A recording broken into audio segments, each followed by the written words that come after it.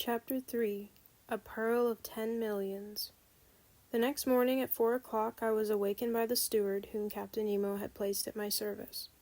I rose hurriedly, dressed, and went into the saloon. Captain Nemo was awaiting me.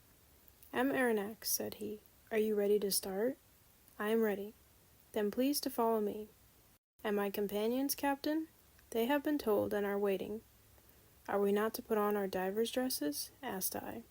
"Not yet. I have not allowed the Nautilus to come too near this coast, and we are some distance from the Manar bank. But the boat is ready and will take us to the exact point of disembarking, which will save us a long way. It carries our diving apparatus, which we will put on when we begin our submarine journey. Captain Nemo conducted me to the central staircase, which led on the platform. Ned and Conseil were already there, delighted at the idea of the pleasure party which was preparing. 5 sailors from the Nautilus, with their oars, waited in the boat, which had been made fast against the side. The night was still dark. Layers of clouds covered the sky, allowing but few stars to be seen. I looked on the side where the land lay, and saw nothing but a dark line enclosing 3 parts of the horizon, from southwest to northwest. The Nautilus, having returned during the night up the western coast of Ceylon, was now west of the bay, or rather gulf, formed by the mainland and the island of Manar. There, under the dark waters, stretched the Pentadine bank, an inexhaustible field of pearls, the length of which is more than 20 miles. Captain Nemo, Ned Land, Conseil, and I took our places in the stern of the boat. The master went to the tiller. His 4 companions leaned on their oars, the painter was cast off, and we sheered off. The boat went towards the south. The oarsmen did not hurry. I noticed that their strokes, strong in the water, only followed each other every 10 seconds, according to the method generally adopted in the Navy. Whilst the craft was running by its own velocity, the liquid drops struck the dark depths of the waves crisply like spats of melted lead. A little billow, spreading wide, gave a slight roll to the boat, and some samphire reeds flapped before it. We were silent. What was Captain Nemo thinking of? Perhaps of the land he was approaching, and which he found too near to him, contrary to the Canadian's opinion, who thought it too far off. As to Conseil, he was merely there from curiosity. About 5:30, the first tints on the horizon showed the upper line of coast more distinctly. Flat enough in the east, it rose a little to the south. 5 miles still lay between us, and it was indistinct owing to the mist on the water. At 6 o'clock it became suddenly daylight, with that rapidity peculiar to tropical regions, which know neither dawn nor twilight. The solar rays pierced the curtain of clouds, piled up on the eastern horizon, and the radiant orb rose rapidly. I saw land distinctly, with a few trees scattered here and there. The boat neared Manar Island, which was rounded to the south. Captain Nemo rose from his seat and watched the sea. At a sign from him, the anchor was dropped, but the chain scarcely ran, for it was little more than a yard deep, and this spot was one of the highest points of the bank of Pentadines. "Here we are, M. Aronnax," said Captain Nemo. "You see that enclosed bay? Here in a month will be assembled the numerous fishing boats of the exporters, and these are the waters their divers will ransack so boldly. Happily, this bay is well situated for that kind of fishing. It is sheltered from the strongest winds. The sea is never very rough here, which makes it favorable for the divers' work. We will now put on our dresses and begin our walk." I did not answer, and while watching the suspected waves, began with the help of the sailors to put on my heavy sea dress. Captain Nemo and my companions were also dressing. None of the Nautilus men were to accompany us on this new excursion. Soon we were enveloped to the throat in india-rubber clothing, the air apparatus fixed to our backs by braces. As to the Ruhmkorff apparatus, there was no necessity for it. Before putting my head into the copper cap, I had asked the question of the captain. "They will be useless," he replied. "We are going to no great depth, and the solar rays will be enough to light our walk. Besides, it would not be prudent to carry the electric light in these waters. Its brilliancy might attract some of the dangerous inhabitants of the coast most inopportunely." As Captain Nemo pronounced these words, I turned to Conseil and Ned Land. But my 2 friends had already encased their heads in the metal cap, and they could neither hear nor answer. One last question remained to ask of Captain Nemo.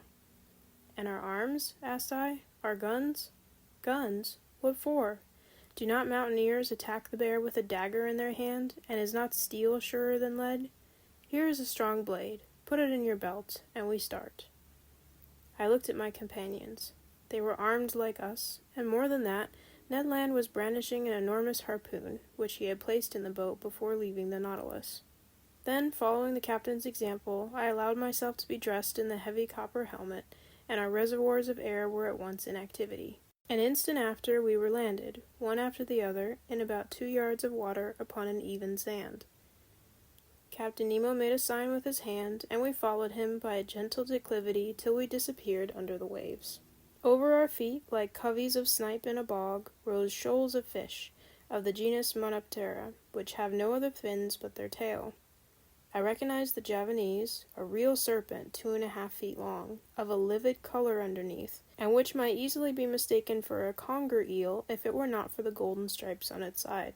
In the genus Stromateus, whose bodies are very flat and oval, I saw some of the most brilliant colors, carrying their dorsal fin like a scythe. An excellent eating fish, which, dried and pickled, is known by the name of carawade. Then some trank bars, belonging to the genus Acciphoroids, whose body is covered with a shell cuirass of 8 longitudinal plates. The heightening sun lit the massive waters more and more. The soil changed by degrees.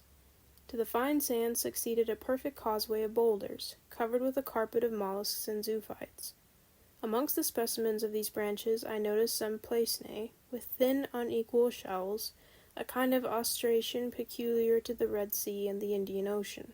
Some orange lucinae with rounded shells, rockfish 3.5 feet long, which raised themselves under the waves like hands ready to seize one.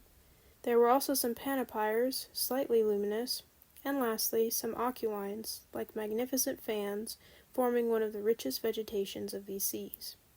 In the midst of these living plants, and under the arbors of the hydrophytes, were layers of clumsy articulates, particularly some Raninae, whose carapace formed a slightly rounded triangle, and some horrible-looking parthenopes. At about 7 o'clock we found ourselves at last surveying the oyster banks on which the pearl oysters are reproduced by millions. Captain Nemo pointed with his hand to the enormous heap of oysters, and I could well understand that this mine was inexhaustible, for nature's creative power is far beyond man's instinct of destruction. Ned Land, faithful to his instinct, hastened to fill a net which he carried by his side with some of the finest specimens. But we could not stop. We must follow the captain, who seemed to guide himself by paths known only to himself. The ground was sensibly rising, and sometimes, on holding up my arm, it was above the surface of the sea. Then the level of the bank would sink capriciously. Often we rounded high rocks scarped into pyramids. In their dark fractures, huge crustacea, perched upon their high claws like some war machine, watched us with fixed eyes, and under our feet crawled various kinds of annelides. At this moment there opened before us a large grotto dug in a picturesque heap of rocks and carpeted with all the thick warp of the submarine flora. At first it seemed very dark to me. The solar rays seemed to be extinguished by successive gradations, until its vague transparency became nothing more than drowned light. Captain Nemo entered. We followed. My eyes soon accustomed themselves to this relative state of darkness. I could distinguish the arches springing capriciously from natural pillars, standing broad upon their granite base, like the heavy columns of Tuscan architecture. Why had our incomprehensible guide led us to the bottom of this submarine crypt? I was soon to know. After descending a rather sharp declivity, our feet trod the bottom of a kind of circular pit. There Captain Nemo stopped, and with his hand indicated an object I had not yet perceived. It was an oyster of extraordinary dimensions, a gigantic tridacne, a goblet which could have contained a whole lake of holy water, a basin the breadth of which was more than 2.5 yards, and consequently larger than that ornamenting the saloon of the Nautilus. I approached this extraordinary mollusk. It adhered by its filaments to a table of granite, and there, isolated, it developed itself in the calm waters of the grotto. I estimated the weight of this tridacne at 600 pounds. Such an oyster could contain 30 pounds of meat, and one must have the stomach of a gargantua to demolish some dozens of them. Captain Nemo was evidently acquainted with the existence of this bivalve, and seemed to have a particular motive in verifying the actual state of this tridacne. The shells were a little open. The captain came near and put his dagger between to prevent them from closing. Then with his hand he raised the membrane with its fringed edges, which formed a cloak for the creature. There, between the folded plates, I saw a loose pearl, whose size equaled that of a coconut. Its globular shape, perfect clearness, and admirable luster made it altogether a jewel of inestimable value. Carried away by my curiosity, I stretched out my hand to seize it, weigh it, and touch it, but the captain stopped me, made a sign of refusal, and quickly withdrew his dagger, and the two shells closed suddenly. I then understood Captain Nemo's intention. In leaving this pearl hidden in the mantle of the Tridacne, he was allowing it to grow slowly. Each year the secretions of the mollusk would add new concentric circles. I estimated its value at 500,000 pounds at least. After 10 minutes, Captain Nemo stopped suddenly. I thought he had halted previously to returning. No, by a gesture he bade us crouch beside him in a deep fracture of the rock. His hand pointed to one part of the liquid mass, which I watched attentively. About 5 yards from me a shadow appeared, and sank to the ground. The disquieting idea of sharks shot through my mind, but I was mistaken, and once again it was not a monster of the ocean that we had anything to do with. It was a man, a living man, an Indian, a fisherman, a poor devil who, I suppose, had come to glean before the harvest. I could see the bottom of his canoe anchored some feet above his head. He dived and went up successively. A stone held between his feet, cut in the shape of a sugar loaf, whilst a rope fastened him to his boat, helped him to descend more rapidly. This was all his apparatus. Reaching the bottom about 5 yards deep, he went on his knees and filled his bag with oysters picked up at random. Then he went up, emptied it, pulled up his stone, and began the operation once more, which lasted 30 seconds. The diver did not see us. The shadow of the rock hid us from sight. And how should this poor Indian ever dream that men, beings like himself, should be there under the water, watching his movements and losing no detail of the fishing? Several times he went up in this way and dived again. He did not carry away more than 10 at each plunge, for he was obliged to pull them from the bank to which they adhered by means of their strong byssus. And how many of these oysters for which he risked his life had no pearl in them? I watched him closely. His maneuvers were regular, and for the space of half an hour no danger appeared to threaten him. I was beginning to accustom myself to the sight of this interesting fishing, when suddenly, as the Indian was on the ground, I saw him make a gesture of terror, rise, and make a spring to return to the surface of the sea.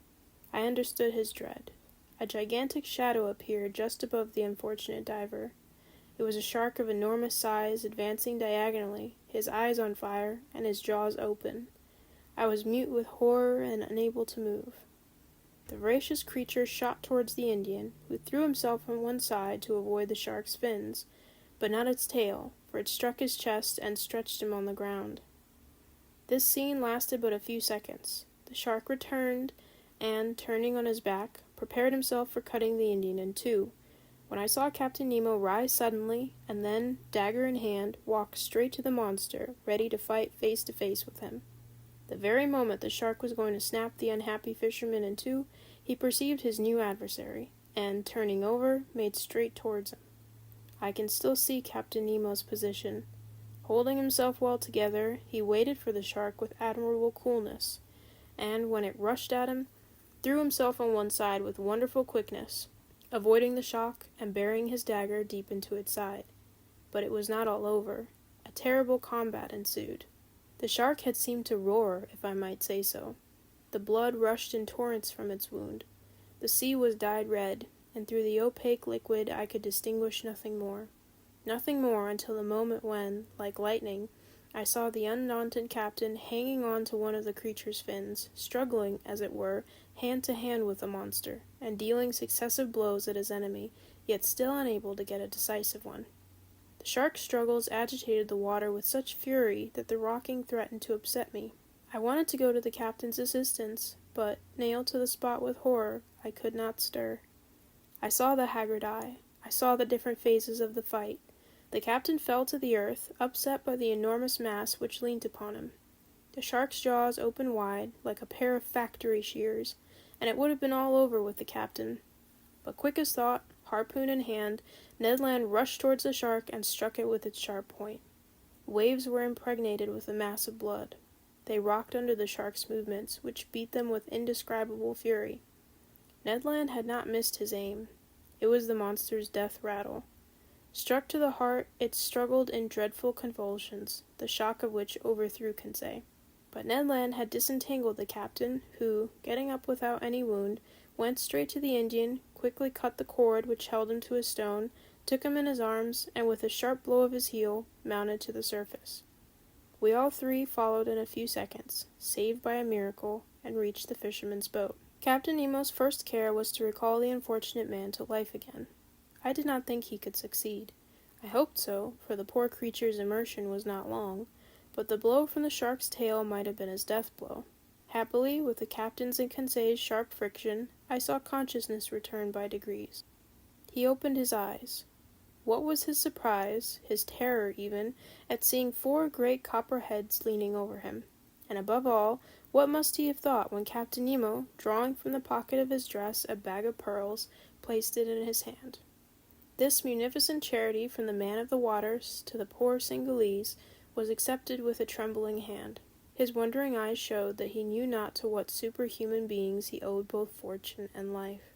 At a sign from the captain we regained the bank, and, following the road already traversed, came in about half an hour to the anchor which held the canoe of the Nautilus to the earth. Once on board, we each, with the help of the sailors, got rid of the heavy copper helmet. Captain Nemo's first word was to the Canadian. "Thank you, Master Land," said he. "It was in revenge, Captain," replied Ned Land. "I owed you that." A ghastly smile passed across the captain's lips, and that was all. "To the Nautilus," said he.